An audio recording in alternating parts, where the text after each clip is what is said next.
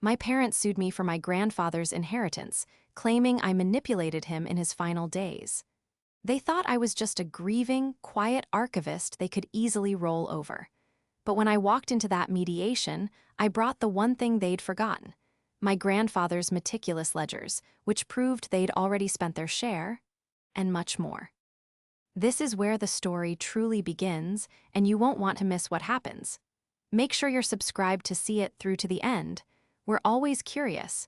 Where in the world are you all watching from today? Let us know in the comments. The lawyer's office was a sterile beige, smelling of stale coffee and old paper files. It was a place for transactions, not for grief. I sat numbly, my black blazer feeling too formal, too stiff.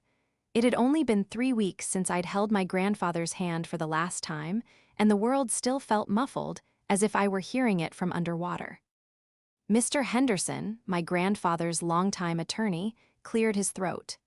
He was a kind man, with eyes that crinkled at the corners, though today they were filled with a professional sort of pity. "Amelia," he began, sliding a thick document across the polished mahogany desk. "As we discussed, your grandfather Arthur's will is definitive. He was of sound mind, and his instructions were ironclad." I nodded, not really hearing him. I was the executor, yes. I was to manage his affairs. That's what I had expected. "He left you the house," Mr. Henderson continued. "The brokerage accounts, the savings. Amelia, he left you everything." The words took a moment to land. Everything. "The entirety of his estate," he confirmed gently. "His instructions state, and I quote, to my granddaughter, Amelia, who was a daughter to me when I needed one most. She is the only one who values the past, and so she is the only one I can trust with my future." A wave of warmth and a fresh stab of grief hit me simultaneously. It was just like Arthur, poetic, precise, and a little bit stubborn. Before I could even process the magnitude of his gift, Mr. Henderson's assistant knocked and entered, her face grim. She handed him a thick, cream-colored envelope, the kind that signifies importance. "It just arrived by courier, Mr. Henderson." He sighed, his brow furrowing as he opened it. He scanned the first page, and the professional pity in his eyes hardened into something else: disgust. "Well," he said, his voice tight, "it appears your parents have wasted no time." He turned the document around for me to see. It was a lawsuit, a petition to contest the will. My stomach dropped to the floor, the stale coffee smell suddenly overwhelming. The plaintiffs were listed clearly: Richard and Cynthia, my father and mother. And the accusation, in cold, black letters: undue influence. They were accusing me of manipulating Arthur. They were claiming I had preyed on a frail, elderly man to steal their rightful inheritance. The room began to spin. Me, Amelia, the 34-year-old dusty archivist, as my mother so lovingly called my career. The daughter who had moved back home, not to the lavish, empty house my parents kept, but to a small apartment 10 minutes from my grandfather. The one who had spent the last year juggling her job with Arthur's medical appointments, cooking his meals, reading him history books when his eyes grew too tired, and just being there. Where were they? My father, Richard, was a financial consultant who was always chasing the next big, vague opportunity. My mother, Cynthia, was a professional socialite, her entire life a curated performance of charity galas and luxurious vacations, all funded by the idea of my grandfather's money. During Arthur's final, most difficult year, they had visited a total of 4 times. One of those was for a photo op at his birthday, which they posted online with a saccharine caption about family before leaving an hour later for a wine-tasting weekend.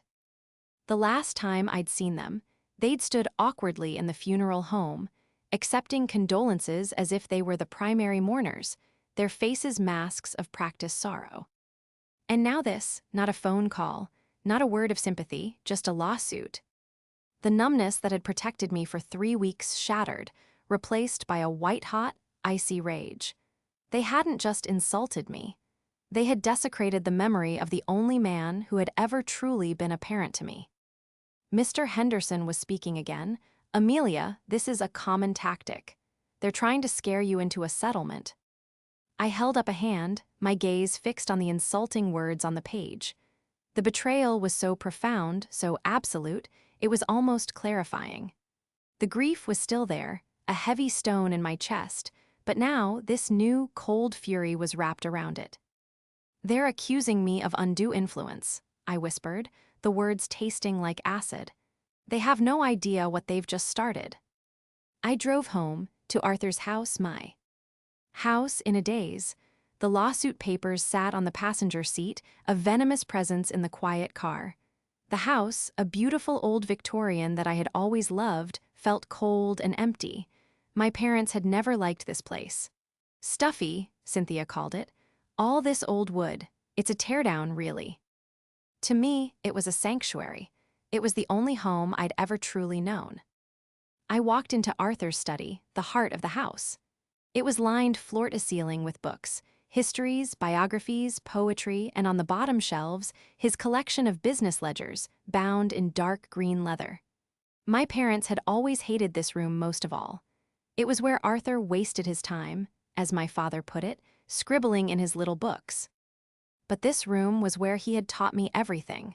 He de-taught me how to read, how to research, how to see the stories hidden in old objects. He was the reason I became an archivist. "We are the keepers of memory, Amelia," he'd say. "It's the most important job in the world." My hand trembled as I picked up the phone. I had to hear her voice. I had to hear my mother try to justify this. I dialed, my heart hammering. She picked up on the second ring, her voice as smooth and bright as glass. "Amelia, darling, I was wondering when you'd call." There was no sympathy, no "how are you holding up," just a brittle, anticipatory brightness. "I got the papers, Mom." My voice was flat. "Oh, good, then you understand," she said, a new chilly efficiency in her tone. "Now, this doesn't have to be ugly, dear. Your father and I are the primary heirs. That's just the natural order of things. You were. Well, you were the help. What your grandfather did was a mistake, a lapse in judgment. He was sick, Amelia." "He was sick," I repeated, my grip tightening on the receiver. "I was the one taking him to chemotherapy, Mom. I was the one who held his hand when he was scared. Where were you? In Aspen." "We had obligations," she snapped, the glass cracking. "We sent flowers. And frankly, this obsession you had with him, it was unhealthy. You attached yourself to him, and in his weakened state, you took advantage. You stole our birthright." Birthright? The word hung in the air, so cold and heavy it made me sick. They hadn't just seen him as a father, they'd seen him as a bank vault, and they were angry that I had been given the key. "This is what's going to happen," she continued, her voice all business. "You're going to sign the house over. You'll give us control of the estate. In return, we'll be generous. We'll let you keep your little apartment, and we'll even give you a small stipend. It's more than you deserve for what you did." I was speechless, the audacity, the cold reptilian cruelty. "I have to go, Mom." "Amelia, don't you dare be difficult. We are your parents. We know what's best." I hung up. I sank into Arthur's big leather chair, the one that still smelled faintly of his pipe tobacco and old books. I felt completely, utterly alone. The world was full of people like my parents, loud, greedy, and utterly convinced of their own entitlement. I was just me, quiet, grieving. My eyes drifted to the row of green ledgers on the shelf. They were immaculate, just like him. Arthur was a former accountant, and he believed in order. He believed that everything should be written down, accounted for. I ran my fingers over the embossed gold leaf numbers on the spines. 1990, 1991, 1992. A memory surfaced, so clear and sharp it was like he was in the room. I was a teenager, struggling with my algebra homework. He'd sat down with me, not to give me the answers, but to show me the process.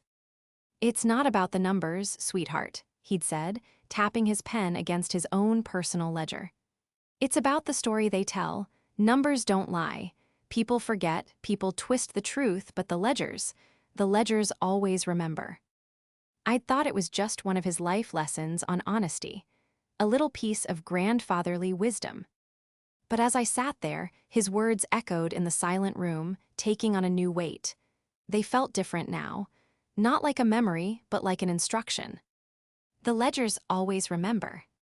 My gaze sharpened on the books. What, exactly, had my grandfather made sure to remember? The days following the phone call were a blur of legal strategy and painful memories. Mr. Henderson was building our defense, but he was worried. Amelia, undue influence is a very hard thing to disprove, he'd said gravely. They will paint a picture of you as a lonely, grasping woman who isolated Arthur from his loving family. We need to prove he was of sound mind, and we need to prove his relationship with you was genuine. That last part was what hurt. How do you prove love in a court of law? As I dug through boxes of old letters and photographs to find proof of my grandfather's lucidity, I was forced to relive my parents' long, calculated history of neglect. My father, Richard, he was a man who lived his entire life on the verge of a big break. He was all flash, expensive suits that were always just a little too tight, a booming voice that charmed strangers, and a portfolio of emerging market opportunities that were always, somehow, just about to pay off. But underneath the veneer, he was a black hole of need. I remembered, as a child, hearing the hushed, angry arguments. My father's voice pleading then demanding. My grandfather's voice calm and weary. Richard, this is the last time, but it was never the last time. My mother, Cynthia, her profession was maintaining the appearance of wealth.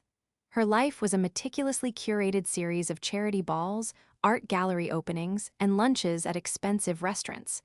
She saw my job as an archivist as a quaint little hobby, a social embarrassment. Honestly, Amelia, she'd said last Christmas, all that dust, it's not suitable. When are you going to find a real husband and have a real life? My real life had been sitting right in front of her. My sacrifice, as they saw it, was my failure. 4 years ago, I had been offered a prestigious fellowship at a major museum in another state. It was a dream opportunity, but it was also right when Arthur's health had taken its first serious downturn. I'd turned the fellowship down. I'd taken a less demanding, part-time role at the local historical archive so I could manage his care. My parents had been apoplectic. "You're throwing your life away," my father had yelled. "What a waste of your degree, he has nurses for that." "But he doesn't have family for that," I'd shot back. "He's lonely, he needs us." "He's fine, Amelia, he's always fine," Cynthia had dismissed, waving her hand. "He's just being dramatic to get attention." Now their interest in his well-being was suddenly front and center.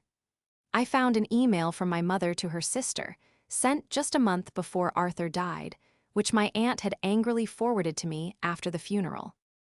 "It's a waiting game now," my mother had written. "Amelia has her claws in him, so we're just hoping he hasn't done anything foolish with the will. Richard is in a bit of a jam, and we're counting on that house. It's a teardown, of course, but the land." They weren't just grieving, absent children. They were vultures, circling, angry that I was in their way. I remembered one specific Christmas, 2 years ago. Arthur was still sharp as a tack, and my parents were visiting. My father had spent the entire time pacing the study, eyeing a valuable painting over the mantel. "You know, Dad," he'd said, trying to sound casual, "that original is very valuable. It really should be in a climate-controlled vault. For insurance purposes, I could, arrange that for you." "I like it where it is, Richard," Arthur had said, not looking up from his book. My mother was even less subtle. "Daddy, this house is just so big for one man. The upkeep must be a terrible burden. All these old things, they're just things." Arthur had just smiled, a sad, knowing smile. "Don't you worry about me, Cynthia. I have everything exactly where I want it." I looked at that email again, then at the memory. They weren't concerned. They were shopping. They were appraising their birthright before he was even gone. The fog of grief was well and truly gone now. It had been burned away, leaving behind a cold, hard certainty. My parents weren't just wrong, they were malicious. And my quiet, book-loving grandfather, he had known it all along. He hadn't just left me his estate. He had left me his defense. The turning point came on a rainy Tuesday. Mr. Henderson called, his voice strained. "Amelia, they're filing a motion to freeze the estate. They're also demanding access to the house to appraise their rightful share. They're claiming you're already selling off assets." "I haven't touched a thing," I said, outraged. "I know. They're trying to bury us in paperwork, to bleed you dry until you settle. We need something definitive. We need to prove your grandfather's state of mind for the last 5 years." 5 years. The task felt monumental. I hung up the phone, a new kind of panic setting in. How could I prove every day of his life? I went back to the study. I had to defend him. As an archivist, this was my element. I wasn't a fighter, but I was a researcher. I was meticulous. I would organize his life, and I would find the truth. I started with the desk. Diaries, letters, medical files. All of it pointed to a man who was physically frail but mentally sharp, his handwriting consistent until the very end. But I knew this wasn't enough. This was my word against theirs. My eyes kept drifting back to the wall of green ledgers. The ledgers always remember. I pulled one down, dated 2010. It was exactly what it looked like: household accounts. Property taxes, utility bills, donations, all in Arthur's perfect, steady script. I pulled down another. 2015. The same. This wasn't a smoking gun, this was just accounting. Frustrated, I started to put the books back, organizing them properly on the shelf just as Arthur had taught me. By date, then by subject. But as I slid the 2010 ledger back into its place, my fingers brushed against the decorative wooden molding of the built-in bookshelf. It moved. It was tiny, a fractional give. My parents never would have noticed. They never dusted. I pressed it. A faint click echoed in the quiet room. A section of the bookshelf, holding a set of encyclopedias, popped open slightly. It wasn't a door, it was a panel. My heart was in my throat. Arthur loved puzzles. Behind the panel was a small, black digital wall safe. I stared at it, my mind racing. A code. What would the code be? I tried his birthday. Error. His wedding anniversary. Error. I stopped, I breathed. What was the date he always cherished? The date he always said his real life began. My birthday. I typed in the 6 digits, the safe beeped, the light turned green. With a trembling hand, I pulled the heavy door open. There were no jewels, no stacks of cash, it was just more books. 2 thick, leather-bound ledgers, identical to the ones on the shelf, but these were labeled differently. One read, RC Personal, my father's initials. The other, CB Personal, my mother's. Beneath them was a thick manila folder, bulging with papers. It was held together by a single, thick binder clip. I pulled the folder out first. The top page was a formal document, a promissory note. I, Richard, promised to repay the sum of $50,000 to Arthur for the purposes of seed money RC Consulting. It was dated 1998. It was signed by my father. I flipped to the next page. Another one, $20,000 for a mortgage bailout in 2003. Another, $75,000 for a bridge loan in 2009. My hands were shaking. I found a separate stack, all signed by my mother. $15,000 for European vacation, urgent, in 2005. $30,000 for automobile replacement in 2011. There were dozens of them, decades of them. Then I opened the ledgers, RC Personal. My grandfather, the meticulous accountant, had cross-referenced every single note. He had documented the date of the request, the reason they gave, and the date the check was cashed. In a final, devastating column labeled repayment, there was just a long, unbroken line of empty zeros. He knew everything. He had been keeping a detailed, running tab on their greed for 30 years. This wasn't just a will. This wasn't just an inheritance. This was a trap. My grandfather hadn't just left me his money. He had left me the ammunition. He had left me the proof.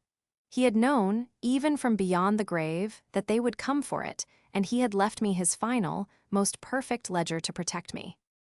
The clever trap wasn't something to be sprung all at once. It needed a test. My parents, through their lawyer, had demanded a pre-mediation meeting. Their lawyer, a slick, aggressive man named Mr. Sharp, had stated it was to talk sense into Amelia and avoid dragging Arthur's good name through the mud. The irony was breathtaking. We met in a sterile conference room at a neutral law firm. My parents sat on one side of the vast, polished table, looking for all the world like the aggrieved parties. My father wore his most expensive power suit. My mother was dressed in elegant black, a string of pearls at her throat, a handkerchief dabbing at her dry eyes. Mr. Sharp started, his voice dripping with false sympathy. "Ms. Last name, Amelia, my clients are distraught. This entire situation, it's a tragedy. They are prepared to be generous. They will allow you to keep the contents of the house, the furniture, your personal items, and a small stipend of, say, $50,000. In exchange, you will turn over the estate itself. Settle this now and we can all move on. Continue this charade. And we will be forced to prove in open court that you are a common thief." My father nodded grimly. My mother produced a single, perfect tear. The old Amelia would have crumbled. The old Amelia would have been intimidated, horrified, and would have just wanted it to be over. But I wasn't the old Amelia. I was an archivist, and I had the primary sources. I leaned forward, my hands clasped on the table. "Thank you for that generous offer, Mr. Sharp," I said, my voice quiet but carrying in the silent room. "Before we discuss that, I just have a few clarifying questions for my parents." I turned to my father. "Dad, I was looking through some of Grandpa's old files. I'm just an archivist, you know, I like to keep things in order. I found a note from June 14th, 2019.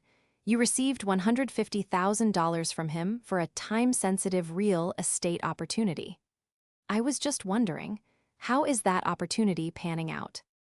My father's practiced mask of sorrow didn't just slip, it shattered. His face went from pale to a deep, blotchy purple.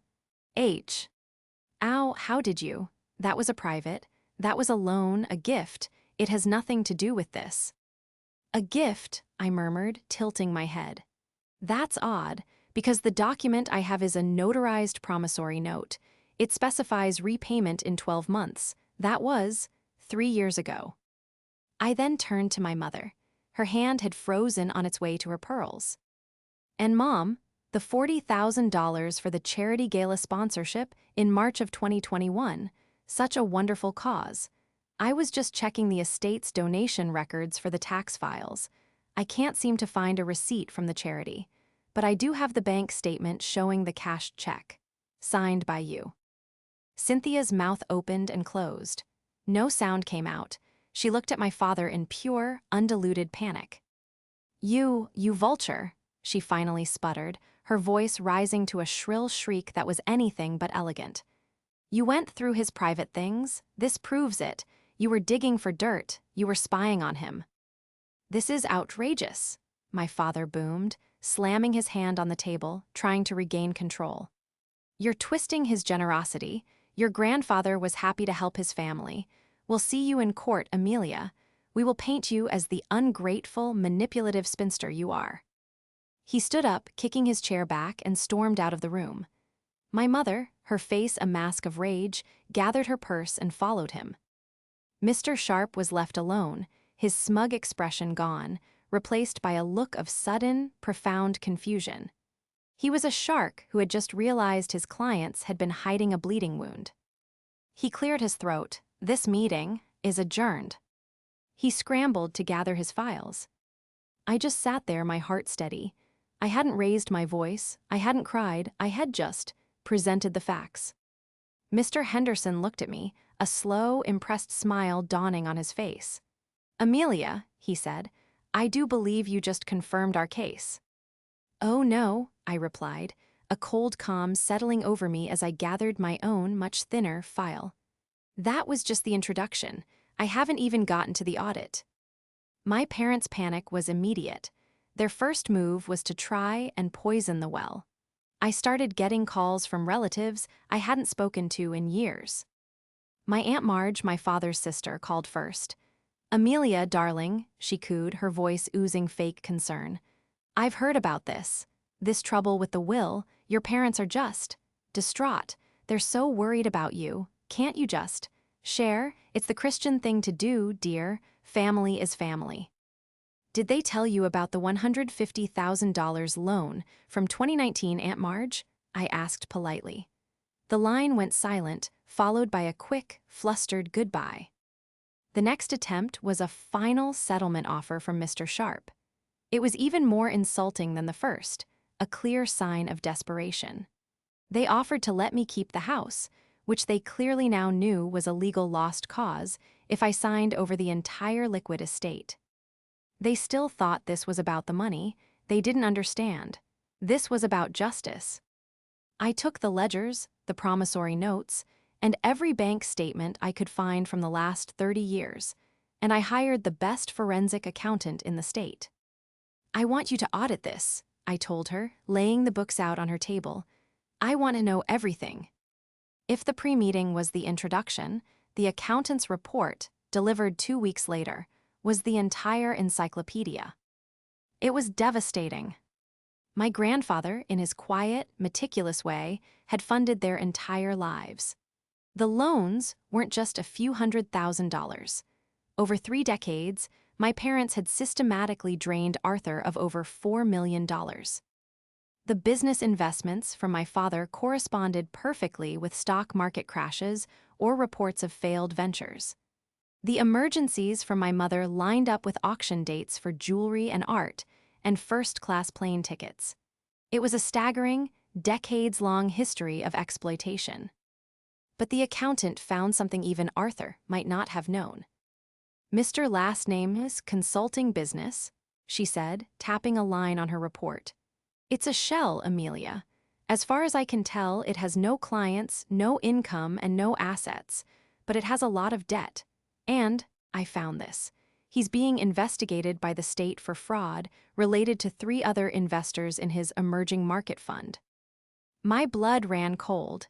This wasn't just a greedy son failing at business. This was a criminal. The inheritance wasn't just for a lavish life. It was to pay off his debts. It was to avoid jail. The stakes had just escalated beyond anything I could have imagined. Mr. Henderson and I met immediately. His kind, crinkly eyes were hard as steel. "This changes everything," he said. "They haven't just filed a frivolous lawsuit, Amelia. They've filed a fraudulent one. They are trying to extort the estate to cover up criminal activity." "What do we do?" I asked. "We stop defending," he sighed. A grim smile on his face. "And we start attacking." The second confrontation wasn't a meeting. It was a legal filing. Mr. Henderson filed a massive countersuit on behalf of Arthur's estate, demanding the immediate repayment of $4.12 million, plus 3 decades of interest, supported by 72 notarized promissory notes, 2 bound ledgers, and a 40-page preliminary report from a forensic accountant. We also filed a motion to have their original lawsuit dismissed with prejudice, on the grounds that it was filed in bad faith, and we attached the details of the active fraud investigation into RC Consulting. The game was over. This was no longer a mediation about undue influence. This was a trial about fraud. The day of the court-mandated mediation hearing arrived. This was it. This was the "when I walked in" moment. We were in a large, imposing conference room at the courthouse. A neutral party mediator, a stern-looking former judge, sat at the head of the table. My parents and their lawyer, Mr. Sharp, were already seated. They looked terrible. My father's expensive suit hung on him. He'd clearly lost weight. My mother's mask of poise was cracked, her eyes red and puffy. The smugness was gone, replaced by a tight, hollow-eyed dread. They had seen the countersuit. They knew what we had. Their lawyer, Mr. Sharp, who now knew his clients had lied to him, looked like a man resigned to his fate. He went first as the plaintiff, but the fire was gone. The tear-jerking speech about family bonds was replaced by a weak, reedy argument. Your Honor, Mr. Mediator. My clients, Richard and Cynthia, were concerned about Mr. Last Name, state of mind. Their actions were born of love. They simply wanted to ensure their father's legacy was protected. The mediator, who had read all the filings, looked at him over his glasses, unimpressed. Is that all, Mr. Sharp? Mr. Sharp cleared his throat and sat down. After my grandpa died, my parents sued me over his inheritance, claiming I'd manipulated him. They thought I was the same quiet girl who just read books, but when I walked in, I wasn't just Amelia the archivist. I was the executor of Arthur's will and the plaintiff in a $4 million countersuit. The mediator turned to me. Ms. Last Name, your response. I didn't speak. I simply nodded to Mr. Henderson. Mr. Henderson stood and placed a thick, spiral-bound report in front of the mediator. He slid 2 more copies down the table to my parents and their lawyer. They flinched, as if the books were hot. My client, Amelia, is not here to defend herself, Mr. Henderson said, his voice ringing with authority. She is here as the executor of Arthur's estate, to reclaim assets that were defrauded from him over a 30-year period. I finally spoke, my voice clear and steady, the voice of an archivist stating facts. The report in front of you, I said, looking directly at my parents, details 42 signed promissory notes from my father and 28 from my mother. The total principal, not including interest, is $4,127,340. Not a single repayment was ever made. My father started to speak. That was gifts. Were they? I countered, my voice sharp. Then why did you sign notarized loan documents? And was the $150,000 you took in 2019, while under active investigation for fraud, also a gift? Or was it to pay off the other investors you'd swindled? My father's face went ashen. My mother let out a small, strangled gasp. And mother, I continued, the $40,000 for the gala? The forensic accountant's report includes the bank's security camera footage of you withdrawing that money in cash 3 days after it was wired from Grandpa's account. The charity confirmed they never received a donation. My mother's carefully constructed world imploded. She stared at the table, her whole body trembling, her mask of poise finally, completely shattered. My parents are not here as disinherited children, I said to the mediator. They are here as debtors. My grandfather didn't disinherit them, he simply stopped the bleeding. Their lawsuit, filed to extort even more money from his estate, is fraudulent. They are the ones who committed undue influence. They bled him dry for 30 years. Silence. The only sound was my mother's quiet, racking sobs. My father, Richard, a man who had blustered and charmed his way through life, just deflated. He sank into his chair, a broken old man. Mr. Sharp, seeing his entire case and his clients' lives evaporate, held up a hand. Mr. Mediator, we need a moment. You don't get one, Mr. Henderson said coldly. We are not settling. We are not negotiating. We have a countersuit and we intend to win. However, we will offer this. You will sign a document right now, dropping your original suit with prejudice. You will also sign a confession of judgment for the full $4 million debt to the estate. In return, the estate will consider not forwarding the evidence of wire fraud to the district attorney. It was checkmate. My father looked at my mother. Their eyes met, and in that look I saw the true nature of their partnership, not love, but mutual, panicked conspiracy. My father, his voice a hoarse whisper, looked at his lawyer. Take the deal. The mediation ended. My parents signed the papers, their hands shaking. They didn't look at me. They couldn't. They walked out of the conference room, not as proud, aggrieved children, but as what they were, defeated debtors. Their downfall was as swift as it was total. The lawsuit was dropped. The confession of judgment meant they owed the estate everything. They were forced to declare bankruptcy. The lavish house they lived in, which I learned was mortgaged to the hilt, was sold. The expensive cars were repossessed. The art, the jewelry, the designer clothes, all of it was liquidated to pay a fraction of the debt they owed my grandfather. My father's fraud investigation, coupled with the new evidence, moved forward. He ended up avoiding jail time due to his age and cooperation, but he was financially and professionally ruined. My mother, stripped of her wealth and her social standing, became a ghost. Her friends vanished. Their social exile was absolute. They had built their entire lives on the expectation of money, and when that expectation was revealed as a debt, their world collapsed. I never heard from them directly again. The only communication was through lawyers. As for me, I returned to my grandfather's house. The silence that had once felt so heavy and sad now felt peaceful. I was free. I stood in his study, my hand on the row of green ledgers. My grandfather, my quiet, meticulous, loving grandfather, he had known, he had seen it all. He hadn't left me a burden. He hadn't left me a fight I couldn't win. He had left me a gift and the tools to protect it. He trusted me to value the past, and I did. I didn't keep all the money. I kept the house, my sanctuary. But the rest of it, the millions that the estate recovered from liquidating my parents' assets, I used it to honor him. I established the Arthur last name, Grant for Historical Preservation, at the archive where I worked. It funded the digitization of fragile documents, the restoration of old photographs, and the preservation of local stories that would have otherwise been lost. It was a legacy of remembering. Today, I'm still at the archive. I'm holding a fragile 19th century diary, my hands steady as I catalog its contents. My life is quiet.